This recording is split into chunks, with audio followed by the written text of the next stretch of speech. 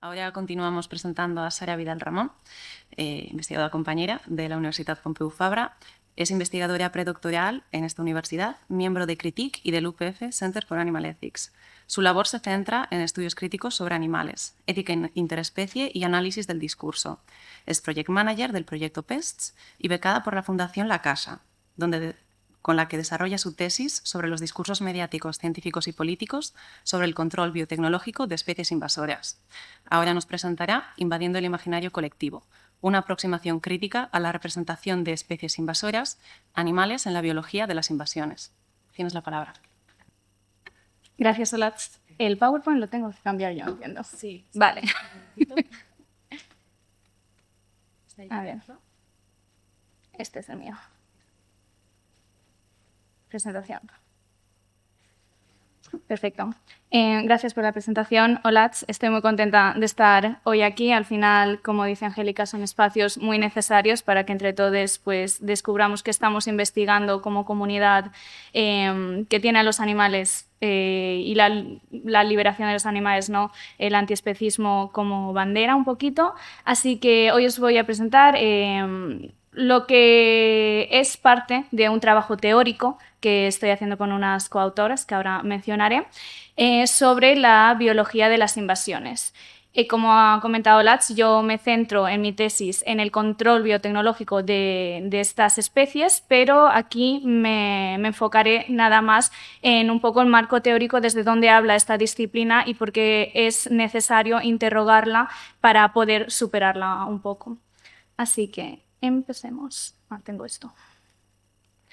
El contenido que vamos a ver es un poco qué es la biología de las invasiones, para aquellas que la desconozcan. Luego vamos a pasar al paradigma de la invasibilidad, que es desde donde hablamos dentro de esta subdisciplina. Luego veremos algunas de las críticas a la biología de las invasiones, sus limitaciones y por dónde podemos expandirlas.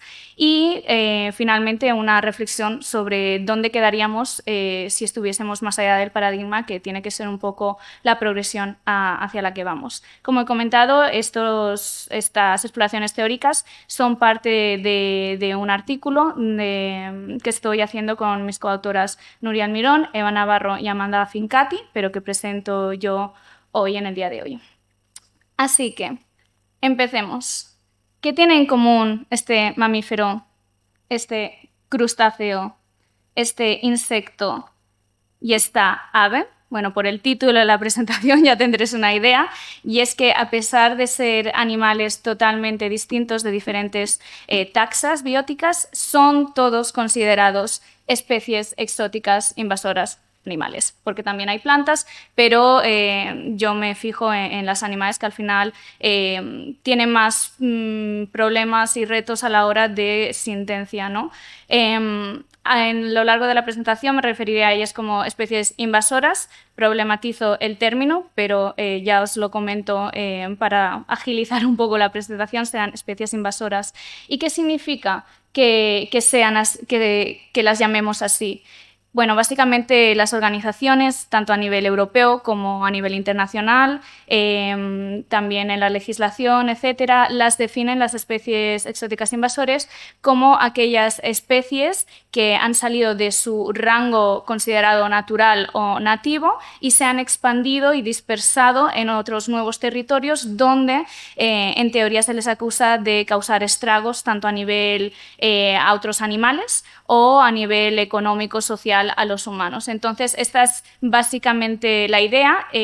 Para considerarse especies invasoras, tienen que haber sido introducidas por humanos. Esta es la diferencia que hace que las separemos de un conjunto mayor de especies que simplemente se mueven y cambian de hábitat. Aquellas que han sido introducidas por humanos se les considera exóticas invasoras y están regidas y reguladas por diferentes normativas a nivel internacional que básicamente las quieren suprimir, no las quieren erradicar y las hacen pues target de políticas más violentas, porque al considerarse invasoras se consideran fuera de lugar, como ha comentado aquí la compañera Angélica.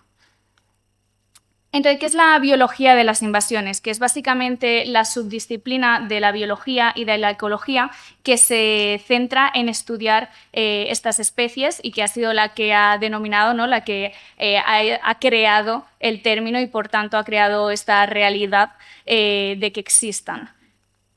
La biología de las invasiones es muchas cosas, habla de muchos términos, ¿no? Aquí es una nube de palabras que un propio científico dentro de la comunidad analizó sobre qué se habla cuando se habla de la biología de las invasiones. Tenemos palabras como invasión, invasividad, control, conservación, tenemos alienígena, de exótico, ecosistema y biodiversidad, que me interesa mucho esta palabra de biodiversidad porque al final se escuda toda esta disciplina, la justificación en que la biodiversidad es un ente más importante que los individuos de cada especie. Así que eso lo revisitaremos luego en las críticas, pero para que veáis que cuando hablamos de biología de las invasiones manejamos términos muy diferentes. Pero está más o menos aceptado porque al final no hay solo un marco teórico conceptual dentro de la disciplina, pero sí que hay por ejemplo, de a qué se dedica o qué se tendría que dedicar la biología de las invasiones.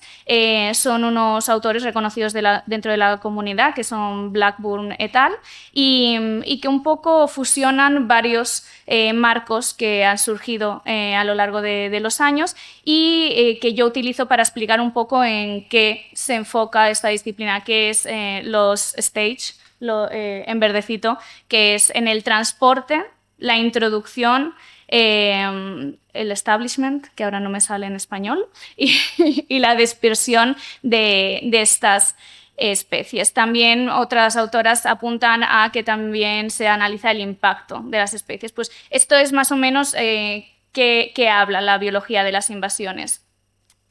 ¿Qué pasa?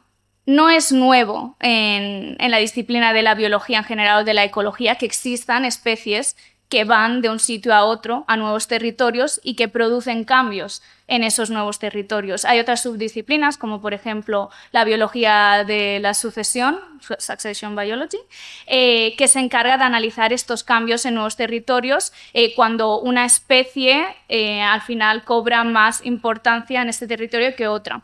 Entonces, y este es solo un ejemplo, ¿no?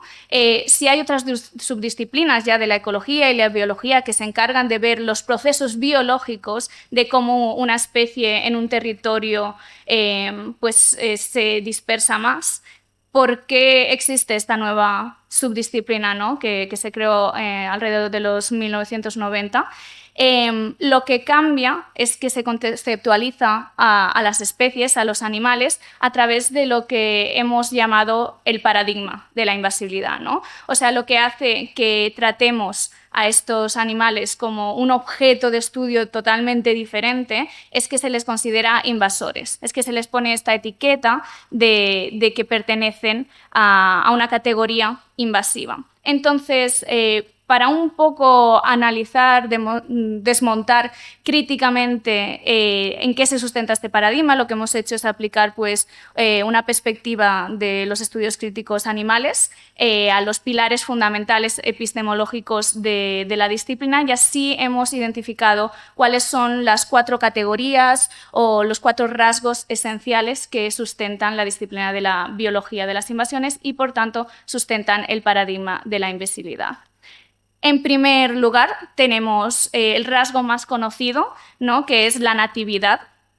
Al final, las especies invasoras se consideran como tal porque en teoría no son nativas del sitio en el que se encuentran ahora mismo. Entonces es una disciplina que se caracteriza por ser muy binaria, que tenemos el no nativo-nativo como descriptor de cuando una especie vamos a considerarla mala para el ecosistema o buena, si es nativa. Entonces la natividad estructura básicamente la disciplina. Ha habido muchas críticas al respecto, ¿no? Sobre todo porque la natividad es un concepto que hemos construido respecto a qué marco temporal, ¿no? Porque a lo largo de la historia del mundo ha habido muchos cambios, muchos movimientos de especie. Entonces, el elegir y el congelar un punto en la historia, como esta es la específica, la idealizada, a partir de la cual decimos que alguna especie es nativa o no, es muy problemático. Como he dicho, ese es el rasgo que más se comenta en la literatura. El segundo que hemos identificado sería la alteridad, ¿no? Como ha mencionado también la compañera Angélica, esa autorización de algunos individuos que hace que ya no los veamos como iguales. En este caso se contrapone los individuos nativos con los no nativos, y estos no nativos no simplemente son no nativos, sino que tienen estas características del otro, el indeseable, como por ejemplo hay una autora, una geógrafa, Corner, que habla de cómo esta otrerización, esta alteridad de los animales y considerados invasores los representa como animales abyectos, ¿no? Como es una alteridad dañina que hace que queramos excluirlos espacialmente, que es otro de los rasgos a través de los que funciona el paradigma, ¿no? Son animales que necesariamente los conceptualizamos como que tienen que ser excluidos del espacio donde está, ¿no? Estas fronteras de las que hablábamos se marcan y tienen que estar fuera de ellas. Por eso toda la gestión de especies invasoras. Y por último, obviamente todo esto porque se les conceptualiza como un riesgo. ¿Vale? Un riesgo, pues eso, para los ecosistemas, para la biodiversidad en general, y también un riesgo para la salud humana y la economía humana en muchos casos. Es tanto la conceptualización y representación de especies invasoras como riesgos, que ya hay autoras que directamente cuando tratan de la biología de las invasiones tratan de risk assessment y gestiones de riesgo. O sea, se habla directamente de las especies invasoras a través de cómo manejar el riesgo, porque son puramente riesgo. Así que estos serían los 4 rasgos que hacen que funcione el paradigma de la invasibilidad, que hace que entendamos a ciertas especies como distintas de otras, que hace que justifiquemos el hecho de tener que gestionarlas de manera violenta y que obviamente causa sufrimiento. No obstante, la biología de las invasiones, como muchas otras subdisciplinas que tienen estos componentes susceptibles a la crítica más ética o moral, pues ha sido criticada. Y hemos identificado, pues obviamente, 2 bloques grandes, que serían las críticas que no son antiespecistas y las críticas que sí que van un poco más hacia el antiespecismo, aunque esto está aún surgiendo, emergentes, ¿no? ¿Por qué las críticas que critican alguno de los rasgos no hacen que cambiemos el paradigma? Por ejemplo, hay críticas muy limitadas que han sido muy citadas como que cuestionan el paradigma, pero lo que hacen a lo mejor es enfocarse en el vocabulario con paralelismos xenófobos o una retórica militarista, ¿no? De nos están invadiendo, esto es una batalla que tenemos que ganar, etc. ¿Y qué pasa con estas críticas? Que al final, os pongo 2 ejemplos de 2 de las críticas más citadas, solo como ejemplos de estructura de qué pasa si vamos por este camino, ¿no? Cómo es fácil encallarnos.